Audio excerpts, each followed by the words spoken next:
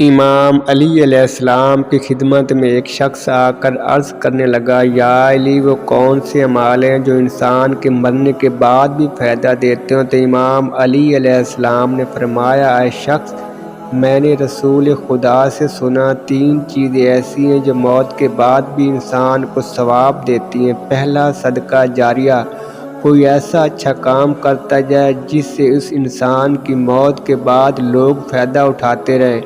یوں اللہ اس انسان کی قبر پر اپنے فرشتوں کو مقرر کرتا ہے، جیسے جیسے لوگ فائدہ اٹھاتے جائیں گے، سکون اٹھاتے جائیں گے، اے فرشتوں، اس کی قبر پر میری رحمت برساتے جانا، اور یوں اس نیکی کا ثواب کبھی ختم نہیں ہوتا۔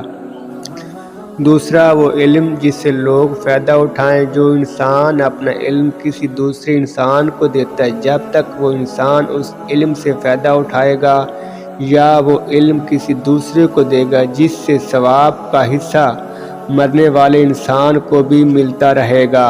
تیسرا، نیک اولاد جو اس کے لیے دعا کرے۔ جو انسان اپنی اولاد کی اچھی پرورش کرے، جو دنیا اور معاشرے کو بہتر بنانے کی کوشش میں مگن ہو اور قبر پر آ کر دعائے مغفرت مانگتی ہو یا نیک اعمال کرتی ہو، جب تک وہ نیک اولاد نیک اعمال کرتی جائے گی تو ثواب کا نور اس کے والدین کی قبر پر بھی برستا رہے گا۔